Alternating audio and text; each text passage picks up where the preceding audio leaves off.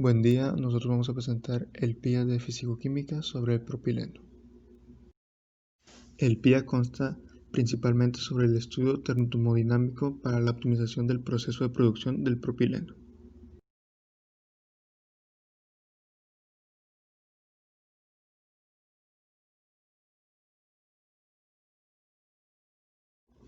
Proceso del propileno. Como se puede observar, es un proceso bastante largo, en el cual entran diferentes gases y por esa misma razón se obtienen diferentes gases. Arriba a la derecha podemos ver el etileno, pero nosotros nos enfocamos en el propileno que está encerrado en el círculo rojo. También se puede obtener etano, por la misma razón que entran muchos gases, pero es algo difícil de obtener el propileno. Primero se dulcifica la mezcla en el Merseychem, en la cual se separan componentes tales como el anhidro carbónico o mercaptanos.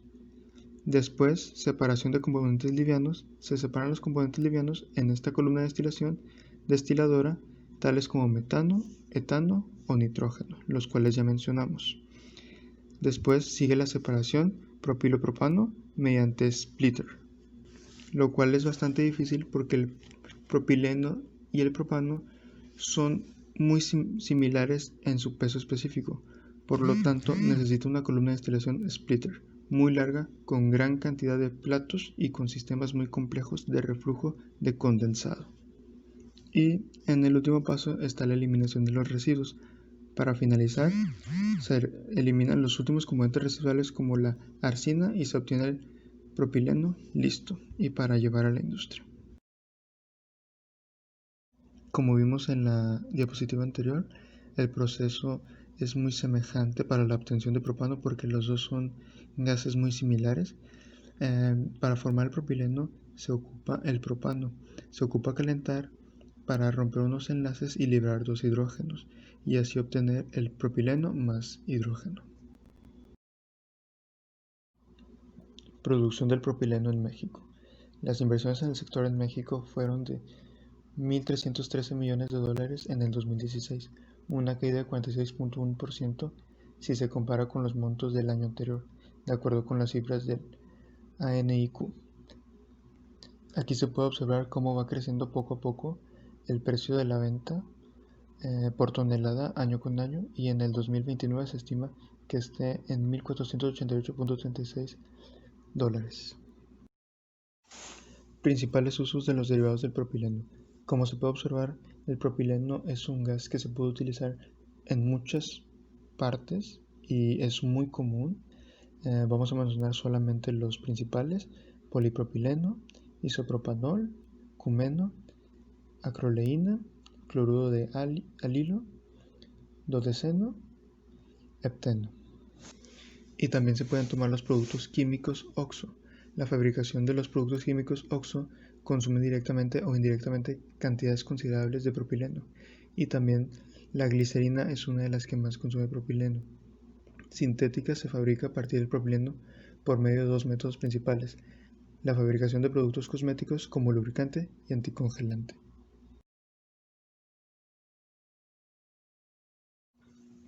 Aquí tenemos el equilibrio de fases con las sustancias ya mencionadas: el propano, que pasa a ser, después de un calentamiento, hidrógeno más propileno.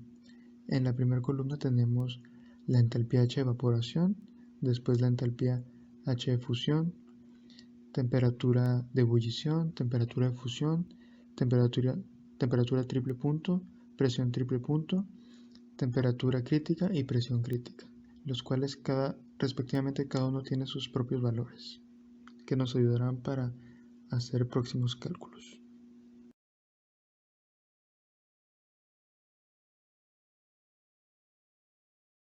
Para el siguiente paso necesitamos plantear dos casos para la obtención de los avances de la reacción, donde primero vamos a tener un análisis equimolar. De esta tabla buscamos sacar el Kp y encontrar un polinomio para graficar. Nos muestra que va a ser un gráfico 3D y poco a poco vamos a ir observando su comportamiento endotérmico. Pasando al análisis estequiométrico, observamos que el Kp y el polinomio nos va a dar totalmente igual, lo cual nos va a ayudar a comprender su naturaleza. Pasamos al diagrama de fases, el cual nos va a mostrar que cuando las sustancias lleguen a 235 Kelvin y 1 bar, todas se van a encontrar en condición gaseosa. Pasando al análisis de delta H de reacción en función de la temperatura, llegamos a encontrarnos con 3 casos, los cuales vamos a buscar cuál es el mejor. El primero es CPM diferente a T, el segundo es CPM es igual a FT y el tercero que es constante. Por lo que podemos observar, el que más nos favorece y el que nos ayuda a tener una mejor reacción es el que está constante. Se puede ver en la gráfica que nos está favoreciendo. Pasamos al análisis de Kp y delta G de reacción. Vamos a utilizar una ecuación de Van Hoff, la cual nos va a ayudar a construir nuestro gráfico sobre el logaritmo de Kp de temperatura contra el inverso de la temperatura.